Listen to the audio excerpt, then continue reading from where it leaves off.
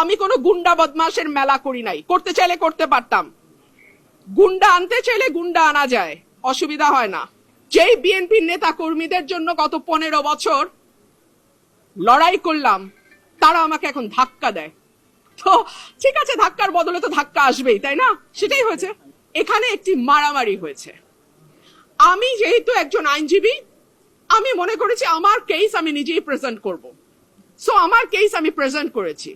আমি আশা করেছিলাম নির্বাচন কমিশনের সম্মানের দিকে তাকিয়ে ব্রাহ্মণবাড়িয়া 3-এ যারা আছে তারা গুন্ডা পান্ডা নিয়ে ঢুকবে না নির্বাচন কমিশনে।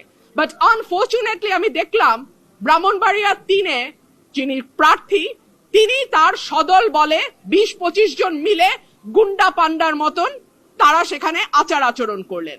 অত্যন্ত দুঃখজনক, অত্যন্ত লজ্জাজনক। এবং আমি মনে করি এটা কমিশনের যে ভাবমূর্তি, যে গাম্ভীর্য এবং যে সম্মান, সেইটার সঙ্গে এটা যায় না। আমি আপনাদেরকে কিছু ছবি দেখাচ্ছি। তারা এলাকায় বিভিন্ন মানুষকে কিভাবে পিটিয়ে পিটিয়ে তারা স্বীকারোক্তি আদায় করেছে। So this is there nature. হ্যাঁ, এখনো ইলেকশন আসে নাই, একটা সীমানা নির্ধারণ নিয়ে এলাকায় এইভাবে তারা পিটিয়ে, ব্রাহ্মণবাড়িয়া 3-এর যিনি আছেন তিনি এইভাবে পিটিয়ে পিটিয়ে মানুষকে স্বীকারোক্তি নিয়েছেন।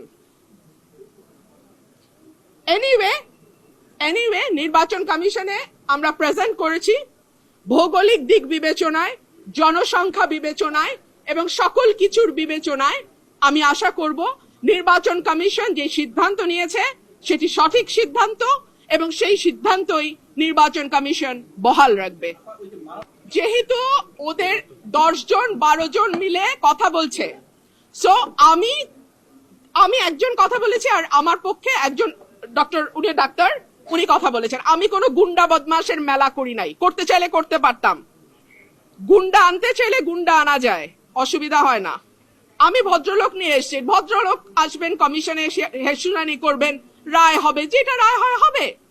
কিন্তু তারা যেহেতু গুন্ডা পান্ডা নিয়ে এসছে এবং আবল তাবল বকছে, কথা বলেই যাচ্ছে, আমি লাস্টে একটা কথা বলার জন্য দাঁড়িয়েছি এবং যেটা 15 বছরে হয় নাই, সেটা আজকে হয়েছে। অলমোস্ট আমার গায়ে ধাক্কা দিয়ে আমাকে ফেলে দেওয়ার চেষ্টা হয়েছে।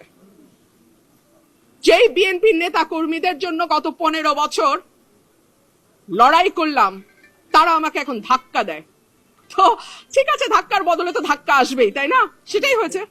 নির্বাচনের আগে একটা সীমানা নিয়ে যদি এইরকম আচরণ আমরা দেখি নিজের দলের মধ্যে, হু নোজ নির্বাচনে কি হবে। মুশকিল হচ্ছে উনি যেহেতু খুব পরিচিত কোনো মুখ নন, উনি এনসিপি থেকে এসছেন না জামাত থেকে এসছেন আমি জানি না, তবে উনি প্রথম, আমি জানি না যার কথা আপনি বলছেন, একজন আমাকে ধাক্কা দিয়েছেন, পাঞ্জাবি পরে, হ্যাঁ একজন ধাক্কা দিয়েছেন। তারপরে আমার লোক তো বসে থাকবেন, আমি তো একজন মহিলা, এবং পরে যখন আমার লোকজনকে মারধর করেছে, আমার লোকজন জবাব দিয়েছে।